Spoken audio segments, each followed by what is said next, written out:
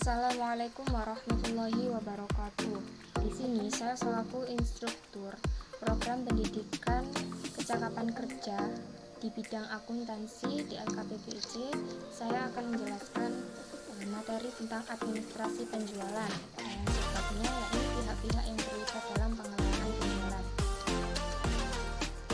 Dalam slide yang pertama, ini ada faktor-faktor terjadinya penjualan. Ada apa saja faktor-faktor yang menyebabkan terjadinya penjualan? Yang pertama yakni kondisi dan kemampuan dari pemasar untuk menjual.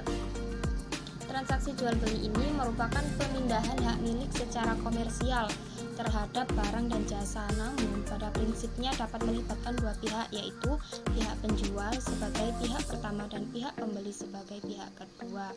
Dari sinilah para penjual harus dapat meyakinkan terhadap para pembelinya agar dapat mencapai sasaran penjualan sesuai dengan yang diharapkan. Yang kedua ada kondisi pasar sasaran dari produk yang akan dipasarkan. Pasar sebagai kelompok pembeli atau pihak yang menjadi sasaran utama dalam penjualan dapat pula sangat mempengaruhi dari kegiatan penjualan tersebut. Yang ketiga ada modal pemasaran.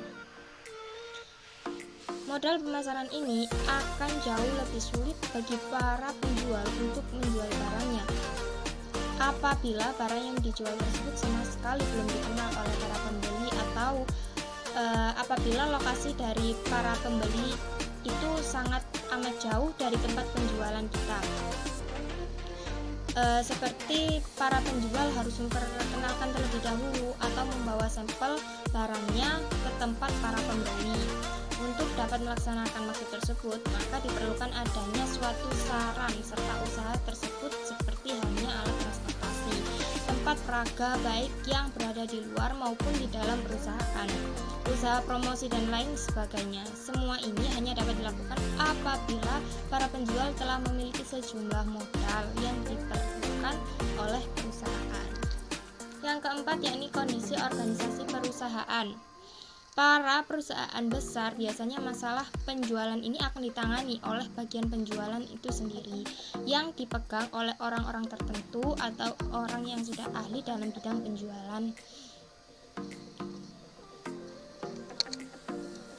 Yang kelima yakni ada faktor lain. Apa saja faktor-faktor lain itu? Yakni bisa berupa periklanan, peragaan, kampanye, dan pemberian hadiah terhadap para pelanggan. Slide selanjutnya yakni kita akan bahas tentang pihak yang terlibat dalam kegiatan penjualan. Yang pertama ada pelanggan. Pelanggan ini bisa disebut dengan konsumen. Siapa pelanggan itu? Yakni orang yang memperoleh produk berupa barang atau memenuhi kebutuhannya. Jadi pelanggan ini orang yang menggunakan produk kita. Yang kedua ada bagian penjualan. Bagian penjualan merupakan orang-orang yang terdiri dari garda terdepan pada transaksi jual beli barang dan jasa produksi perusahaan. Seorang sales akan menawarkan dan menyarankan barang atau jasa serta mendemonstrasikan cara penggunaan produk perusahaan tempat bekerjanya. Yang ketiga ada bagian gudang. Siapakah bagian gudang ini? Bagian gudang ini memiliki tugas untuk memastikan barang terjaga dengan baik. Yang kedua ada yakni barang terhitung dengan baik, memastikan barang terhitung dengan baik. Yang ketiga ada data di komputer sama dengan data di fisik. Jadi memastikan bahwa data di komputer itu sama dengan data yang ada data barang nyatanya. Yang selanjutnya ini memastikan pengiriman bisa sampai tepat waktu dan menjaga serta memelihara kebersihan gudang. Yang terakhir ada bagian akuntansi. Bagian akuntansi ini membuat pembukuan atas transaksi keuangan perusahaan. Selanjutnya, macam-macam bukti transaksi penjualan. Yang pertama ada SPPH. SPPH ini surat permintaan penawaran harga. Dokumen transaksi ini dokumen yang dikirimkan dari pelanggan sehingga penawaran dari pelanggan direspon untuk melakukan pembelian barang kepada perusahaan kita.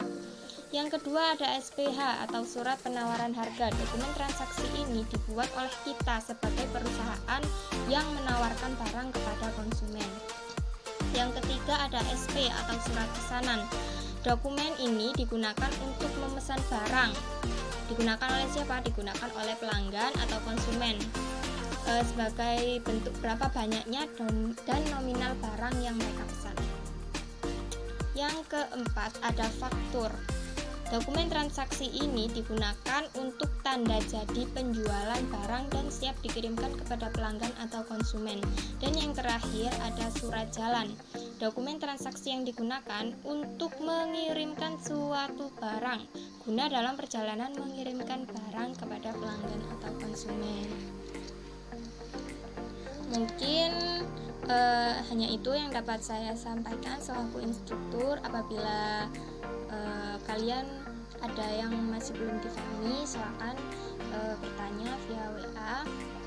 Terima kasih atas perhatiannya. Wassalamualaikum warahmatullahi wabarakatuh.